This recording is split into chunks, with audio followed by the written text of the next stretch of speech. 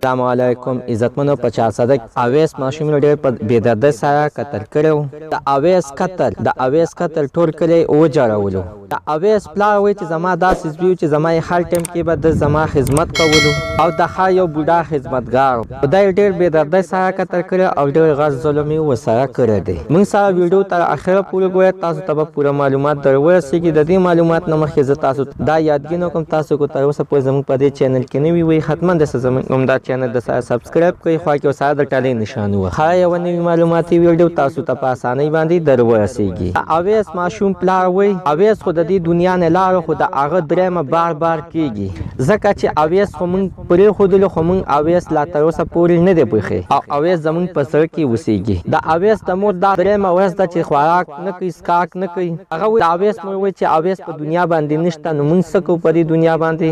ورته ژوندي ګرځو. دغه شانتې بختور شاه هم دغه خبرې کوي چې بختور شاه د اویس بختور شاه وایي چې د اویس ما په دې غریبۍ کې ما په ده باندې سبق ویلی دی، ځکه چې د ده سبق سره غټه مینه وه او په ده باندې ما څه ګوټ او چاري نه ده کړې.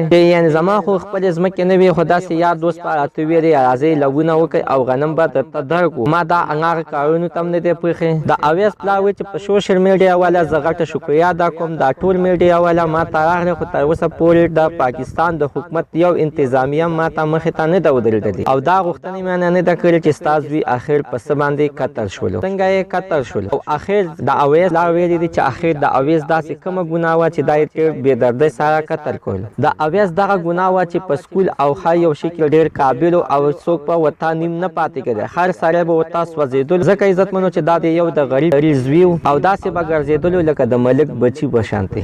ځکه عزتمنو چې دا مور او پلار ډېر نسبین غټ کړی. مور او پلار هم نه غوښتل چې دا موږ د دې مزدوري وکړي یا دې تېرې وکړي، دا به صرف د قوم خدمت کوي، د قوم د خدمت دپاره پرې موږ همدومره سبق ویلی چې د ده نه سساد شي او د دې خلکو خدمت وکړي، خو چا خدمت ته پرېنښودلو او بېدردۍ سره یې قتل کړلو. الله تعالی دې د دې مور او پلار ته دې صبر ورکړي او الله تعالی دې د داسې مرګ نه نوم مسلمان وساتي چې داسې بېدردۍ سره قتل کړي او بیا پرې ټوله شپه تېره شي او بیا پرې پرخه پرې پرته وي. من راسره خپله رایې لاندې په کامنټ کې شریکه کړئ او زه اوس زموږ نننۍ معلومات ته د دې ځای پورې د نوي معلومات دپاره زموږ همدا چینل د سره سبسکرایب کړئ، خوا کې ورسره د ټالۍ نښان ووهئ. هره یوه نوي معلوماتي ویډیو تاسو ته په اسانۍ باندې در ورسېږي.